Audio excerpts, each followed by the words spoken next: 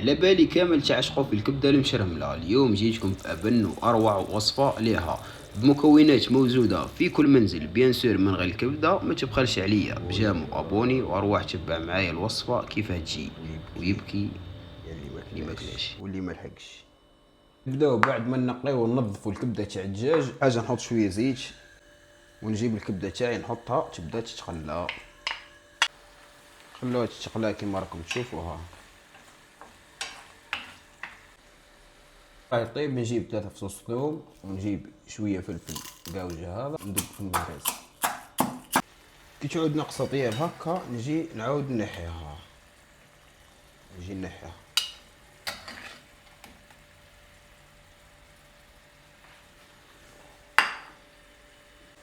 دركا نجيب هذه اللي دقيناها دركا نحطها نحركوها مليح. نزيدو نصف ملعقة كبيرة طماطم مصبرة كيف نكمل نحركوها مليح. بعدين نجيبو لي زيبيس. عندي الملح، الفلفل الاحمر عكري، بصله مرحيه، ثوم مرحي، فلفل اكحل، عندي كرويه. نجي نحطهم كيف ونبدا الخلاط.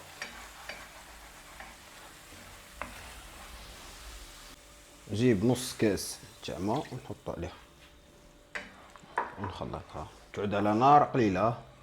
دركا نجي نرجع الكبده تاعي اللي كانت طابت نص طياب قبيلها ونحطها على نار قليله ونخليها طيب براحتها. شوف ما شاء الله كفر ايش بقبق. نزيدها رشات فوق.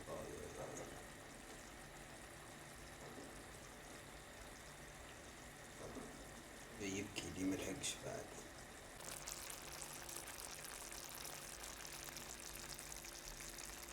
شوف ما شاء الله كيفاه طابت. الفينيسيون تاع الكبده المشرمله. شوف لي ما شاء الله. نذوقو خويا ندو راينا. بسم الله ما شاء الله. شوف نقعو الساع. آي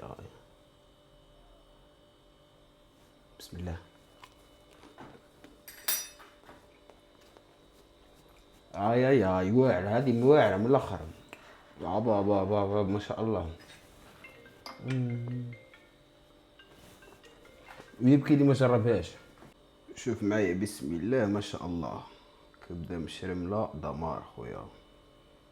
ويبكي يلي ماكلاش واللي ملحقش.